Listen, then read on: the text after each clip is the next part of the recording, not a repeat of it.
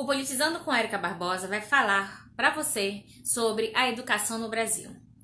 Das velhas práticas às novas propostas que não são tão novas assim. Vamos refletir um pouco sobre os rebatimentos da educação e sobre essas últimas manifestações realizadas pela categoria de professores aqui no estado do Amazonas. No estado do Amazonas, não só em Manaus, como vários municípios do interior do Amazonas paralisaram nesta terça-feira do dia 2. E, diante disso, o Politizando quer conversar com vocês um pouco sobre o que é esses rebatimentos da educação, essas propostas de mudança na educação. Segundo Saviani, o contexto histórico da educação no Brasil, ele perpassa um movimento não voltado para a educação para a classe menos favorecida, que é a classe desfavorecida, para os pobres, para aqueles que não têm acesso à educação, para aqueles que vinham de famílias pobres. Historicamente, a educação no Brasil é voltada para a elite, que é chamado antes de população que tivesse um poder aquisitivo bom, né? Os aristocratas, os coronéis, os filhos dos coronéis. A gente, na história oficial, é colocado que foi Pedro Álvares Cabral que descobriu o Brasil, mas nós sabemos que não, que o Brasil não foi descoberto. Aqui nós já tínhamos os indígenas. E os indígenas tinham, e ainda hoje tem também, né, a sua forma de conhecimento, os seus saberes. Mas, com a vinda, né, de Portugal para cá, a educação foi pensada numa forma de educação. E essa educação ela foi pensada para quem? Né? Para os portugueses. E para os portugueses que tinham aí, né, influência. Então, a gente vai falar dessa educação não nessa época, mas vamos fazer um breve histórico sobre as políticas de educação a partir do Estado Novo, a partir da era de Getúlio Vargas. Saviani destaca que a educação no Brasil, quando ela foi pensada para os pobres, para a classe menos favorecida, ela foi pensada como uma forma de o quê? De educar o pobre para que esse viesse ter conhecimentos para desenvolver o trabalho dentro das máquinas. Na década de 30 a gente vê aí, né, o que a gente fala do que é colocado do capitalismo, né? A era do capitalismo, a década de 30, já passou a Revolução Industrial, mas ela chega no Brasil com uma força. E quem é que vai trabalhar no chão de fábrica? Quem é que vai aí realizar o trabalho, né? O labor. É justamente a classe que vive do trabalho, que vende a sua força de trabalho. Com isso, nós temos aí a formação voltada para o contexto tecnicista, para o contexto, né, de desenvolver uma mão de obra qualificada para o desempenho de determinadas funções que era relacionada diretamente para o trabalho. E essa é a grande crítica e essa é a análise que nós vamos discutir hoje. A educação no Brasil, historicamente, ela não é voltada para a população apreender, para a população construir subsídios de ter criticidade, de analisar e interpretar a sua vivência, as suas relações, o cotidiano e o ser social, as nossas relações na sociedade. Então, uma coisa que é interessante a gente destacar isso é que é com isso que a gente vai vendo a construção da classe também de professores no Brasil. Quem são os primeiros professores aqui no Brasil? Como foi tratado essa categoria? Historicamente, a gente verifica que na fase aí do desenvolvimentismo, na década de 50, as organizações de comunidade, elas potencializavam, na maioria das vezes, mulheres que tinham uma indicação, que tinham um certo conhecimento a mais para ser o quê? Para exercer o professorando, para ministrar aulas. Para ministrar aula de quê? De alfabetização, que não é letramento, mas é de alfabetização, onde tinha cartilhas, onde tinha manuais, onde a própria comunidade potencializava e trabalhava essa relação de se educar, de saber ler, de saber escrever. Aqui no Brasil, a categoria voltada, né, esse olhar para a categoria dos professores, historicamente sempre foi desvalorizado. É interessante que, conversando com jovens, muitos jovens, quando você pergunta o que você quer fazer, o que você quer ser, né? Qual é a formação que você gostaria de ter? Várias pessoas, quando dizem que querem fazer licenciatura, pedagogia, que quer ser professor, destacam que deve ser muito mais fácil, muito mais acessível, pouco tempo de estudo. Então, com isso, a gente já verifica alguns elementos que são apontados em alguns estudos que vai justificar de quais são os fatores, né, que combinam em intensificar esse processo de desvalorização da categoria de professores de docente no Brasil. Então, quando a gente pensa que o trabalho de ser professor, que a carreira docente, que a formação para professor é mais fácil, aonde a gente desqualifica, onde se imagina que ser médico para ser professor existe um distanciamento muito grande no campo das ideias, e não é. Algumas profissões a gente é chamado em várias literaturas como elitizadas, porque só quem teve acesso a essas formações é justamente a população, a classe que tinha mais poder aquisitivo, econômico, social. Então, os professores, historicamente, eles são desvalorizados. Ainda que esses professores tenham que ter uma formação superior, tenham que estar se qualificando, tenham que ter especializações. Na área da docência para o nível superior, tenham que ter mestrado, mas ainda assim, essa categoria, na construção do imaginário da população brasileira, está desqualificando a imagem do professor. E é interessante que todas as profissões, elas são, né? Elas partem de um processo de formação com a contribuição de quem? Do educador. Então, esse vídeo traz para você alguns elementos de algumas coisas que estão mudando aqui no nosso país, que pode vir a mudar, e sobre esse último momento que houve da movimentação, da manifestação da categoria dos professores. E qual é o ponto, Érica, dessa manifestação da categoria dos professores? Foi a respeito da data base, da regularização, né, da efetivação, da reivindicação sobre o reajuste salarial. A categoria de professores no estado do Amazonas, não só no estado do Amazonas, mas como em todo o Brasil, está reivindicando a efetivação do que está previsto na lei da regularização do valor, né, do salário do professor. Nós sabemos que o país está passando por uma série de mudanças, e essas mudanças elas estão tendo um impacto muito forte na economia e que está pesando no bolso de quem? Né? Da classe trabalhadora, do contribuinte, da sociedade, do povo. Como isso, Érica? Por exemplo, a própria reforma da Previdência Social.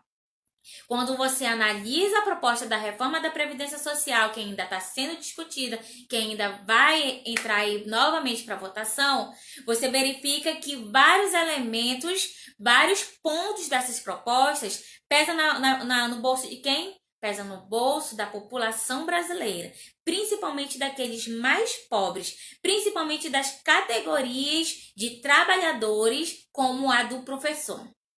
Esse é um ponto que está trazendo aí, né, muitos questionamentos, muitas reivindicações por parte da sociedade. Um outro elemento que eu posso destacar para vocês também é a proposta, né, que vai ser aí votada, que é uma medida provisória do ensino domiciliar. Essa proposta está sendo aí, né, levantada como uma bandeira de luta de prioridade da ministra, né, da Família e dos Direitos Humanos, Damares. A ministra Damares, ela quer que essa proposta seja pauta, né, relevante e que seja dado aí uma ênfase a essa proposta. E, Érica, o que é essa medida provisória dessa educação, desse ensino domiciliar? A proposta da ministra Damares, que ela é ministra da Família e dos Direitos Humanos, é que seja regulamentado a possibilidade, né, de ser ministrado, ter trabalhado a questão da formação de crianças e de adolescentes na casa, em domicílio. E esse é um ponto que nós ainda vamos discutir, eu vou fazer um artigo sobre isso, mas que eu já vou colocar para você já como reflexão. Um outro questionamento sobre isso é que o que me leva a pensar dentro desses processos, né, de mudanças na educação é que eu reconheço a tecnologia, eu reconheço hoje o EAD, o ensino à distância, eu reconheço também que essa mudança tecnológica, ela tem modificado as nossas relações, ela tem modificado todas as áreas, né, que o ser humano possui, seja nas áreas sociais, econômicas, políticas, culturais, espirituais. E aí, o que tu acha dessa proposta, né, do ensino domiciliar? Essa proposta do ensino domiciliar, ela já existe em mais de 60 países. Mas aí nós vamos perguntar, quais são esses países, Érica? A maioria desses países são países muito mais antigos que o nosso. Se a gente parar para pensar, que eu vim falando para vocês, que a história da educação no Brasil, pensando do Estado Novo, ela é uma história que remete a um processo de educação, uma forma, um método de educação para a população vir ter capacidade de desenvolver a sua atividade de trabalho no chão de fábrica. Então, aí eu já também explico que o nosso Brasil, que o nosso país, ele precisa evoluir muito. Porque hoje, um grande problema que nós temos no nosso país é a fragilidade da desestrutura familiar. As famílias, elas não estão mais conseguindo educar as crianças e os adolescentes. As famílias, elas não estão mais conseguindo dar suporte econômico, social, cultural, emocional para os seus integrantes. Então, como pensar em uma educação doméstica para crianças e adolescentes no país? Como fazer um cadastramento dessas famílias?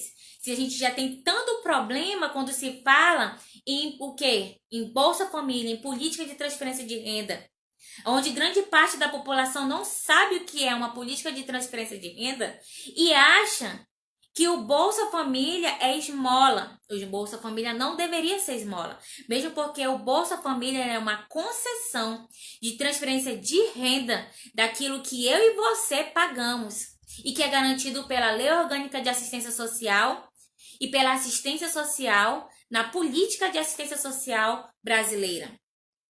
Então, ela transfere renda para uma população que está em vulnerabilidade social. E ela tem uma relevância sim, porque vários estudos apontam que várias famílias se desenvolveram a partir do programa de transferência de renda do Bolsa Família. Que Bolsa Família, qualquer tipo de bolsa, não é o quê? Não é uma ajuda, não é um favor, é uma concessão de direito. Mas isso é um outro assunto, isso é uma outra questão. Porque existe também, e eu reconheço, vários problemas relacionados ao Bolsa Família, que é a questão da descontinuidade, da fiscalização, da análise dessas condicionalidades e principalmente do acompanhamento dessas famílias que são cadastradas e que fazem uso do programa. Mas, pensando na educação, a ministra Damares, ela quer que seja aprovada essa medida. Ela quer que isso se legitime aqui no Brasil.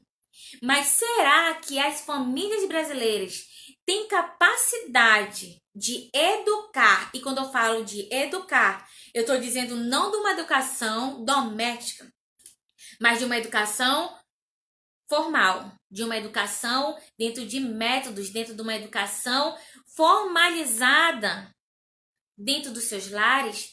Essa é uma pergunta que eu vou compartilhar com vocês e eu gostaria que vocês comentassem, que vocês curtissem esse vídeo e compartilhassem também. Então, aqui essa medida ela já foi, né, colocada em setembro de 2018. Ela já foi colocada também para votação, mas o Supremo Tribunal ele não concedeu, ele não aprovou. Então, isso é um questionamento que o Politizando deixa para você sobre essa medida provisória que vai ser votada, que a ministra Damares está aí, né, balançando uma bandeira em defesa dessa medida. Mas aí eu pergunto de você que está na sua casa, que tem filhos, que tem adolescentes, que tem criança, você acha que a família brasileira tem condições de realizar a educação formal domiciliar nos seus lares? Então, isso é um ponto para a gente pensar. Se, como a Constituição garante, que a Constituição ela garante e ela preconiza dois tipos de modelo no Brasil, que é o modelo de educação privada e a pública, né? E nessa privada e pública a gente está tendo tantos problemas que eu fico pensando o que vai ser, né, dessa outra forma de educação. Então eu vejo que existe uma classe que vai se beneficiar, outra não. Porque se o pobre não está tendo condição, não está tendo pleno apoio, né, do governo, do Estado, da esfera pública para se desenvolver e potencializar a sua família, quem dirá para educar os seus filhos e se responsabilizar por essa educação formal para os filhos. Então, esse é um elemento que eu deixo para vocês, para a gente discutir, sobre também essa questão da reivindicação da categoria dos professores do estado do Amazonas. O governo do estado do Amazonas, né, reafirma e afirma que está aberto ao diálogo, aberto à negociação, mas a gente verifica que entra ano, entra governo, sai governo, e sempre são as mesmas reivindicações. E essa reivindicação agora também é legítima. A categoria também ela exige aí por parte do governo não só o reajuste salarial, como, né, vários outros tipos de medida, como a questão da saúde voltada para os aposentados, tá? E diante disso, nós pensamos, o Politizando pensa junto com você sobre alguns elementos e fatores que está contribuindo para essa desvalorização da classe, da categoria de professores. E eu não responsabilizo só os professores no Brasil. Eu responsabilizo a construção desse pensamento de desvalorização para quem? Para o setor público, para os políticos, para a classe política.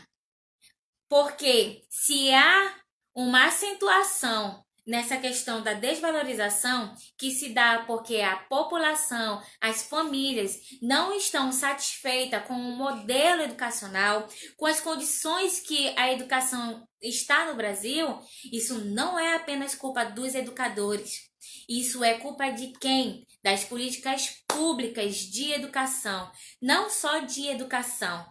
Porque quando nós falamos em educação, a gente fala em vários outros contextos, nós falamos em vários outros setores, nós falamos em vários outros tipos de políticas que estão interligadas e que precisam estar interligadas para sustentar, para construir e para desenvolver um modelo legítimo, competente, eficiente, que leve para você uma qualidade sobre o processo de educação no Estado brasileiro.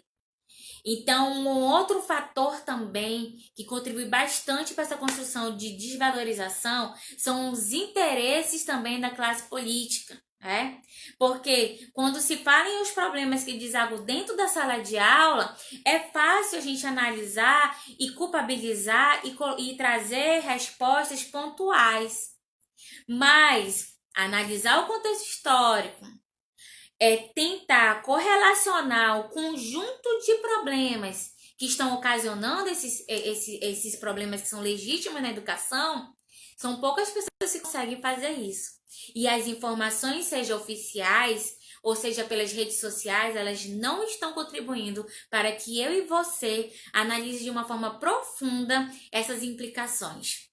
Então, é necessário que a população tenha conhecimento, busque conhecimento de uma forma crítica, não apenas esteja divulgando, propagando informações que venham denegrir a categoria de professores, de pessoas que estudaram tanto para educar os seus filhos e que enfrentam no seu cotidiano vários problemas que você também, enquanto trabalhador, também enfrenta. Porque o professor, sendo educador, ele também é um trabalhador. Ele também enfrenta a dificuldade de exercer o seu trabalho com dignidade. E um dos grandes fatores também que contribui para essa desvalorização é a fragmentação da categoria dos educadores no Brasil. É a falta de espírito coletivo. É a desqualificação profissional. Porque é necessário que nós estejamos, que essa categoria esteja se qualificando constantemente, lendo, fazendo uma interpretação crítica sobre a própria realidade que se vivencia. Então, para você que está acompanhando o Politizando, eu estou apontando para você alguns fatores. E esses fatores, ele envolve o quê?